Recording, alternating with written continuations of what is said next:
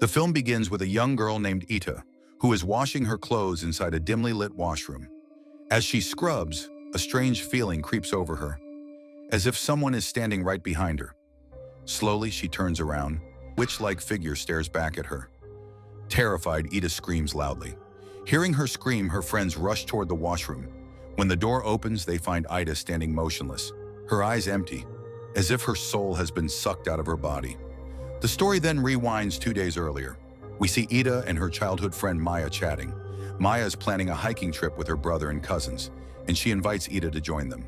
But Ida hesitates. She's afraid her mother won't allow her to go. As Ida runs her hand through her hair, several strands come loose and get stuck in her fingers. The sight of her own falling hair disturbs her deeply. She throws the hair away and tries to ignore it. The next day, Maya visits Ida's mother to ask for permission for Ida to join the trip. After some convincing, Ida's mother finally agrees. Ida comes outside to see Maya off, but at that moment, Maya spots something horrifying. A dark shadow with glowing red eyes standing right behind Ida. Shocked, she turns to run. Ida, confused, looks behind her but sees nothing. This moment makes it clear. There is already a negative energy living in Ida's house, slowly taking over her mind and body. Later, all the friends reach the hiking location. By the time they arrive, night has already fallen, so they decide to spend the night in a nearby guest house. That night, Ida starts feeling a sharp pain in her stomach. When she tells Maya about it, Mia offers to return home if she's unwell. But Ida refuses. She's worked hard to get permission for this trip and doesn't want to miss such an experience. Maya reluctantly agrees, and Ida goes to the washroom to wash her clothes. It's here that she sees that horrifying old ghost for the first time, the same moment we witnessed at the beginning of the film. After hearing Ida scream, her friends rush in. When they open the door, Ida looks soulless, silent, frozen, and unblinking. They grab her and take her back to the room. When she finally speaks, she trembles and says, "I saw something in there, a strange creature." She was tall and thin, her hair completely white like an old woman, and her eyes, they glowed red, like bulbs. Hearing this, the guest house owner becomes nervous. She says, "A similar creature was seen here years ago. It made life miserable for everyone who stayed. We performed many rituals to drive it away, but if it's back again, it's dangerous." Maybe it came here with Ida. Fear spreads among the group. One of the boys suggests sending Ida home, but Maya refuses. She knows how much this trip means to her friend. Eventually, everyone goes to sleep. The next morning, Ida seems cheerful again, as if nothing happened. Her mood lifts everyone's spirits, and they start their trek. Maya and Ida are mesmerized by the beauty of the mountains, though Ida regrets forgetting her camera at home. Meanwhile, back at Ida's house, her mother finds clumps of hair and blood-stained tissues in Ida's dustbin. Disturbed, she tells her husband, but he dismisses it, saying, "You're overthinking." We'll take her to the doctor when she's back on the mountain. Ida begins to feel tired and breathless. Her eyes start looking strange. Maya calls her name, and Ida suddenly snaps out of it as if waking from a trance. They continue climbing.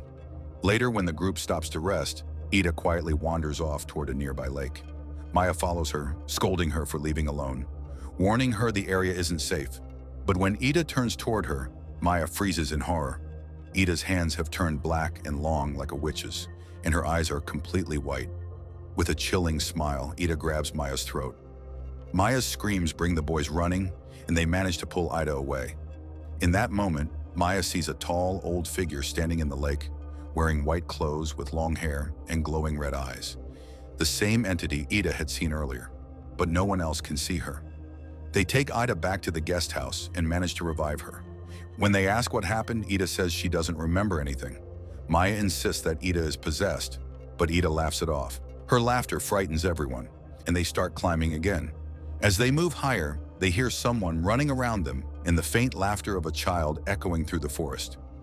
Everyone is terrified, but Maya pretends not to notice and keeps going.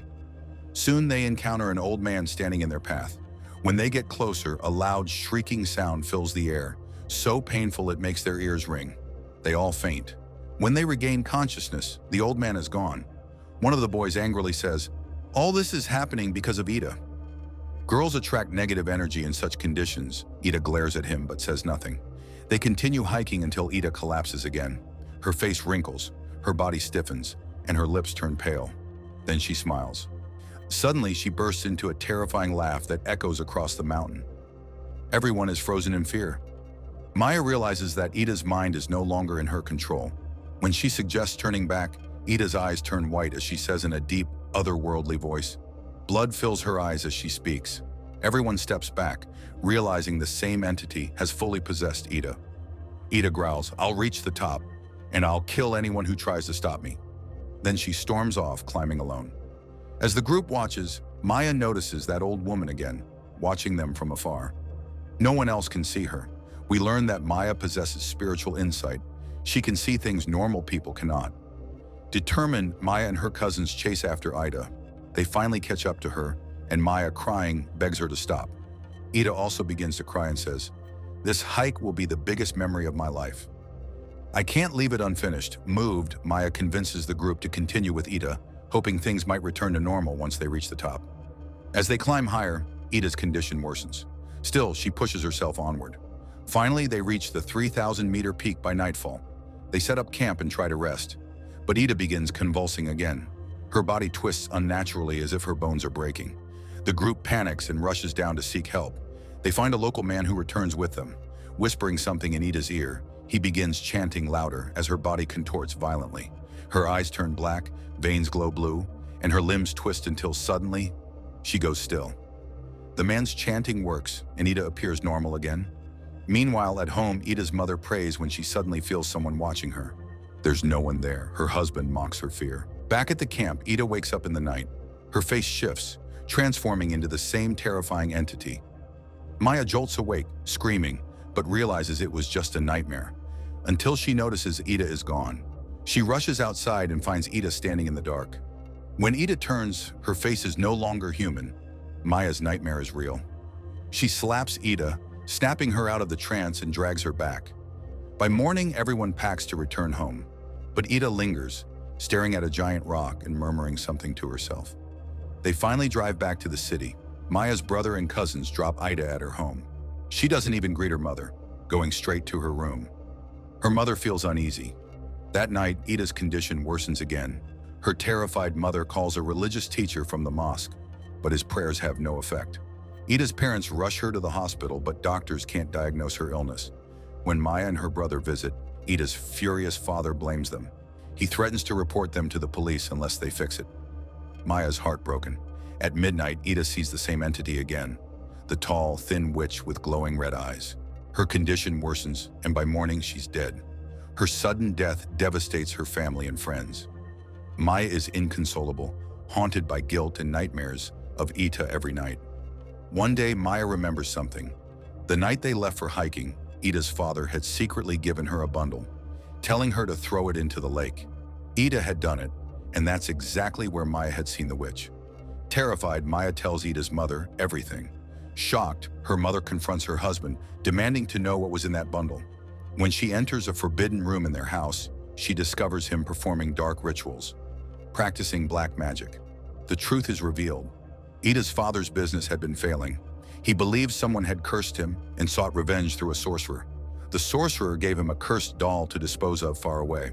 When he learned Ida was going hiking, he told her to throw it into the lake, unknowingly involving her in the curse. From that day onward, Ida's health declined.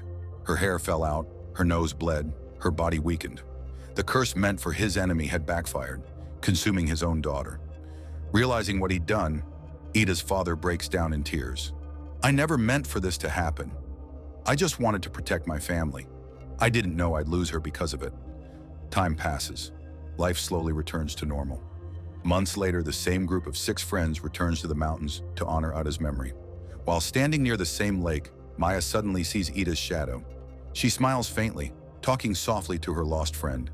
The screen fades as Ida's shadow lingers, showing that Maya has never truly forgotten her, and the movie ends.